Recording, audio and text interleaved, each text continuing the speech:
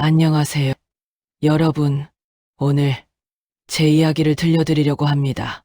사실 이 이야기를 꺼내는 것만으로도 아직 손이 떨리는데요. 남편이 세상을 떠난 지 사흘 만에 시댁에서 걸려온 전화 한 통이 제 인생을 완전히 뒤바꿔 놓았습니다.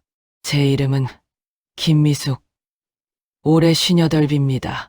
26에 결혼해서 32해를 한 남자와 함께 살았습니다. 남편은 대기업 다니는 성실한 사람이었고 시댁도 경제적으로 여유로운 편이었습니다. 결혼 전 시댁에 인사 갔을 때 시어머니께서 저를 보시더니 이렇게 말씀하셨어요.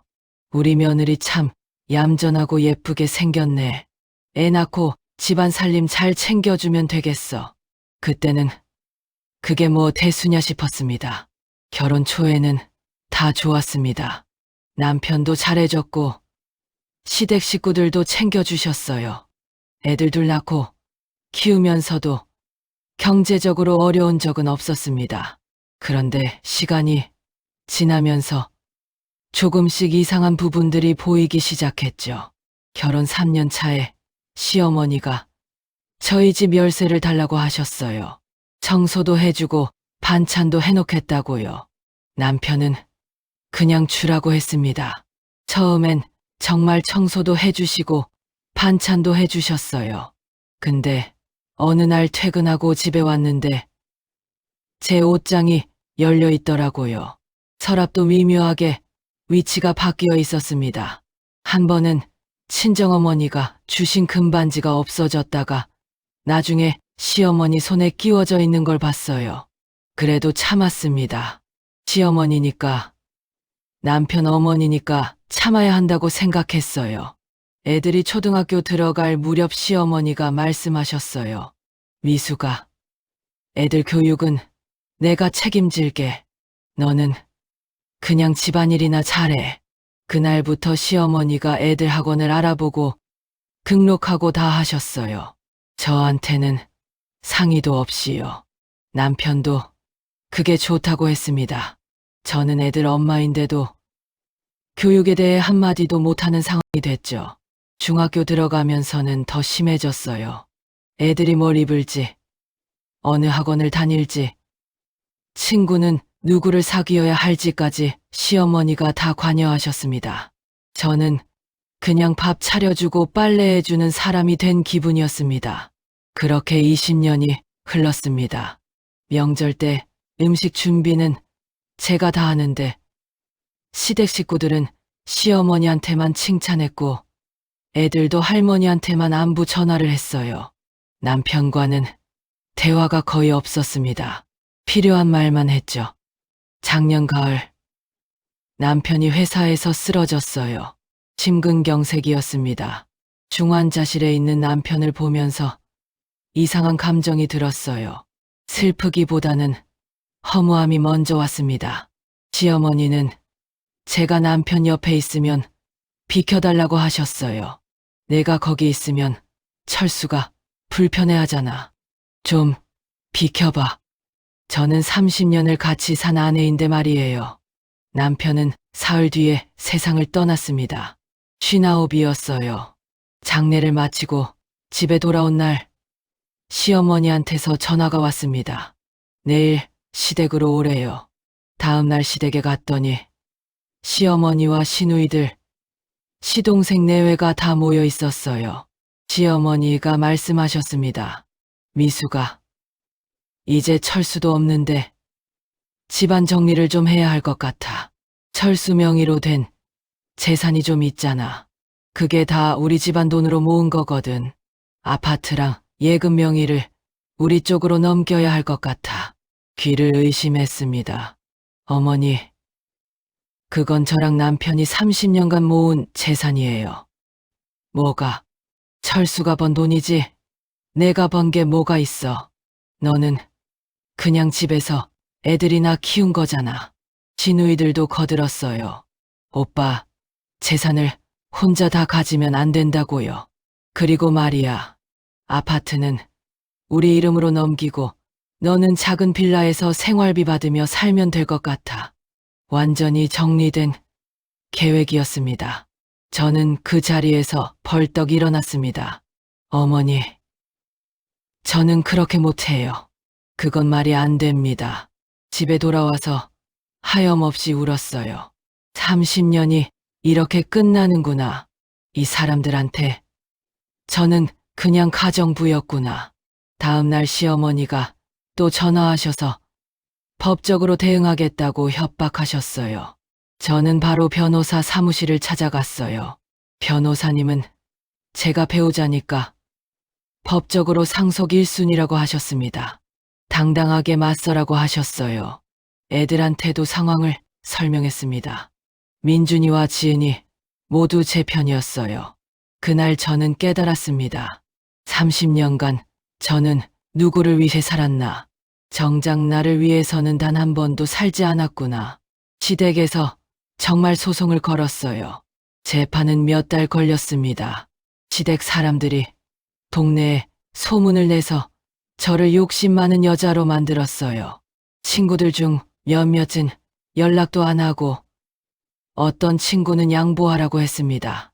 하지만 재판 결과 제가 이겼습니다. 판사는 배우자의 상속권은 법적으로 보호된다고 판결했어요. 아파트는 제 소유가 됐고 예금도 제 몫을 받았습니다. 법정을 나오는데 시어머니가 소리쳤어요. 너 같은 년 처음 봤다. 30년 우리 집안에서 먹고 살았으면서 은혜를 원수로 갚네. 저는 그냥 지나쳤습니다. 집에 돌아와서 판결문을 보는데 눈물이 났어요. 30년이 이렇게 끝나는구나 하는 슬픔이었습니다. 그날 밤 애들이 저를 안아주며 말했어요. 엄마, 이제 엄마 하고 싶은 거 하면서 사세요. 민준이가 말했습니다. 엄마, 사실 저희도 할머니가 이상하다고 생각했어요. 엄마한테 너무 심하게 대하셨거든요. 지은이도 거들었어요. 엄마, 이제 엄마 인생 사세요. 우리는 다 컸으니까 걱정 마시고요. 그 말이 너무 고마웠어요.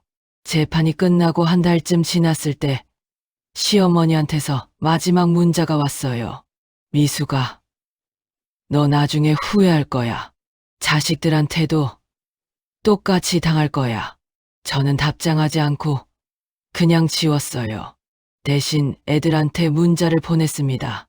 민준아, 지은아, 엄마는 엄마 힘으로 살 거야. 너희도 너희 인생 잘 살아. 민준이한테서 답장이 왔어요.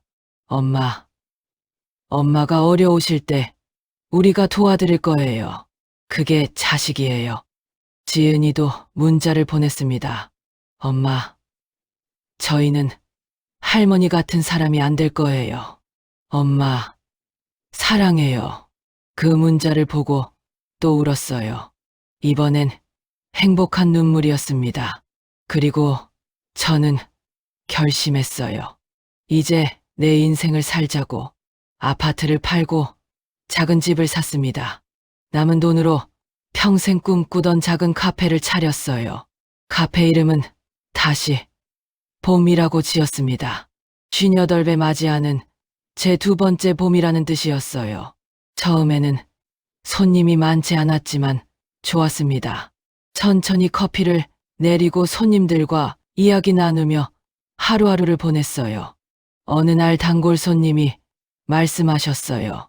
사장님, 뭔가 편안해 보이세요. 그 말이 참 기뻤어요. 30년 만에 처음으로 편안하다는 말을 들었으니까요. 카페를 연 지 6개월쯤 됐을 때 지은이가 남자친구를 데리고 와서 결혼 얘기를 꺼냈어요. 엄마, 저는 엄마처럼 살고 싶지 않아요. 시댁 눈치 보면서 사는 거요. 저는 제 목소리 내면서 살 거예요. 지은이, 남자친구가 말했어요. 어머님, 저희는 서로 존중하면서 살 거예요. 제 어머니한테도 지은이를 며느리가 아니라 딸처럼 대해달라고 했어요. 기특했어요. 요즘 젊은 사람들은 다르구나 싶었습니다. 결혼식은 작게 치렀어요. 물론 시댁은 초대하지 않았습니다. 민준이도 얼마 뒤에 결혼했습니다. 민준이 아내도 좋은 사람이었어요. 어머니, 저는 어머니를 시어머니라고 생각 안 해요. 그냥 민준이 엄마, 제 엄마 같은 분이라고 생각할게요. 그렇게 우리는 새로운 가족이 됐습니다. 1년쯤 지났을 때 시어머니가 아프시다는 소식을 들었어요. 엄마는 어떻게 하실 거예요? 엄마는 안 갈 거야. 미안하지만 난 더 이상 그 가족이 아니야. 시어머니는 한 달 뒤에 돌아가셨고 저는 장례식도 가지 않았습니다. 진우이한테서 문자가 왔지만 조의만 표하고 가지 않았어요. 그 뒤로 시댁과는 완전히 연락이 끊겼습니다. 어떤 사람들은 제가 매정하다고 할지 몰라요. 하지만 저는 후회하지 않습니다. 카페를 운영한 지 2년이 됐습니다. 단골 손님들도 많이 생겼어요. 제 또래 분들이 비슷한 고민을 털어놓으시면 저는 이렇게 말씀드려요. 손님 인생이에요. 남들이 뭐라고 하든 손님이 행복하셔야 해요. 제 이야기를 들으신 분들이 용기를 내시는 걸 보면 정말 기뻐요. 지난주에는 한 손님이 오셔서 말씀하셨어요. 사장님, 저 이번에 시어머니한테 처음으로 싫다고 말했어요. 사장님 이야기 들으면서 용기를 얻었거든요. 신기하게 그 뒤로 저를 좀 더 존중해 주시더라고요. 그런 말을 들을 때마다 보람을 느껴요. 애들도 잘 지내고 있어요. 지은이는 예쁜 딸을 낳았고 민준이는 부장으로 승진했어요. 일주일에 한 번씩 애들이 카페에 들러 함께 커피를 마십니다. 요즘은 카페를 조금 더 키워서 제빵 클래스도 열 계획이에요. 단순히 빵 만드는 기술이 아니라 자기 인생을 찾는 시간이 될 수 있도록요. 이제 곧 환갑입니다. 예전 같았으면 거창한 잔치를 했겠지만 저는 애들이랑 조촐하게 외식하고 카페 단골 손님들과 작은 파티를 열 거예요. 지금 제 나이 60입니다. 남편이 세상을 떠난 지 2년이 됐어요. 가끔 생각해요. 만약 그때 시어머니 말대로 했다면 지금도 시댁 눈치 보면서 살았겠죠. 물론 쉬운 선택은 아니었어요. 주변에서 욕도 많이 먹었고 친구들도 몇몇 잃었습니다. 하지만 후회하지 않아요. 이게 제 선택이었고 제 인생이니까요. 지난달에는 학창시절 친구들을 만났어요. 한 친구가 물었어요. 미수가, 너 정말 후회 안 해? 응, 안 해. 중요한 건 지금 내가 행복한가 아닐까. 다른 친구가 말했어요. 미수가, 너 진짜 많이 변했다. 부럽다. 지금부터라도 해. 늦지 않았어.